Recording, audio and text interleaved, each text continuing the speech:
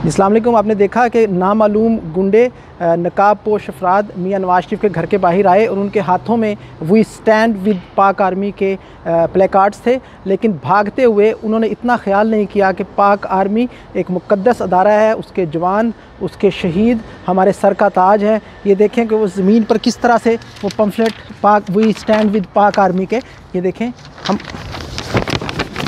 We stand with Pak army, हम पाक army के साथ खड़े हैं, हम पाक आर्मी के जवानों के साथ खड़े हैं। हमारा खून हम उठाएंगे, जिस तरह ये देखें पूरी ज़मीन पर इस तरह वो, और हम उठाएंगे ये पाक आर्मी के साथ हम खड़े हैं। हम उनको बताएंगे कि हम पाक आर्मी के साथ खड़े हैं।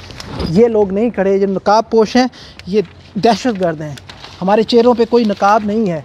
हम पाक आर्मी के साथ खड़े हैं, हम उसकी हुर्मत के साथ खड़े हैं और इंशाल्लाह आखिरी सांस तक खड़े रहेंगे। We stand with Pak army. Mian Mohammad Nawaz Sharif stand with Pak army. Mian Mohammad Nawaz Sharif ने कभी अपने इदारे के ख़िलाफ़ कोई बात नहीं की। आपने जब जब मियां नवाज शरीफ को आवाज़ दी, मियां नवाज शरीफ अपने इदारों के साथ खड़े हुए, वो ऑपरेशन ज़रब अज़ब हो, वो कराची के अमन का मसला हो, वो एटमी धमाके हों, वो कोई भी ऐसी चीज़ हो, तो मियां Nawaz Sharif stand with Pak army. जो पाक आर्मी के साथ, जो पाक आर्मी के जवान हैं, उनका जो खून है वो हमारे माथे का झूमर है।